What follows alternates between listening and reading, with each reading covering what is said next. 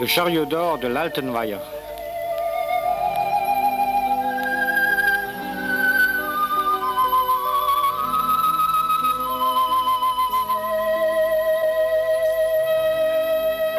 Au cœur des montagnes du massif des Vosges, tout au fond de la belle vallée de Münster, dort paisiblement un lac limpide.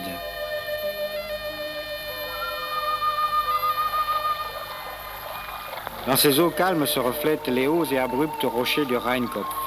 À chaque saison et à chaque heure de la journée, ils changent de couleur, selon la teinte que prennent les arbres qui l'entourent.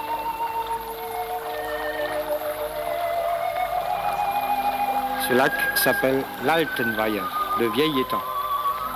Depuis des siècles, repose dans ces eaux, à grande profondeur, un chariot tout en or, du timon jusqu'aux roues. Certaines nuits, lorsque la pleine lune éclaire le lac, ce chariot d'or jaillit des eaux, scintillant de lumière, mais il est jalousement gardé par de puissants génies, les esprits de l'eau. Les gens de la contrée qui ont souvent rêvé de le posséder savent que pour le faire échapper à l'emprise des esprits, il faut pouvoir l'amener jusque sur la berge du lac, hors de l'eau. Là, sur la terre, les esprits de l'eau perdent toute leur puissance.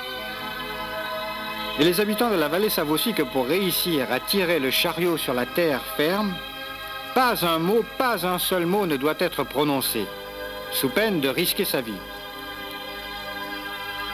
Une nuit, alors que la lune était haute,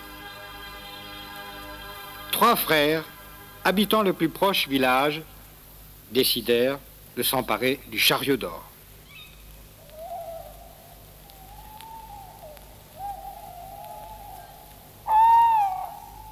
Ils attendirent minuit pour s'approcher du lac.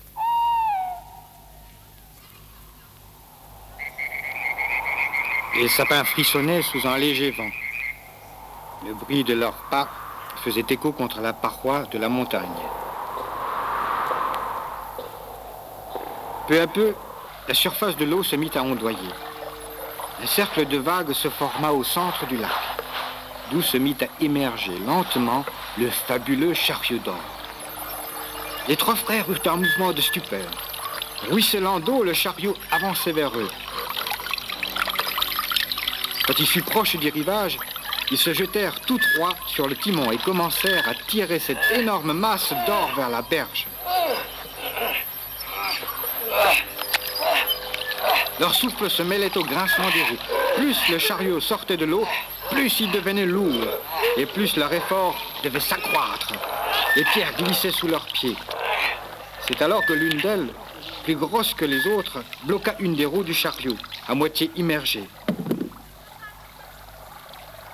Tout à son effort et à sa fièvre de richesse, l'aîné cria à ses frères « Mais tirez donc, le chariot est presque à nous !»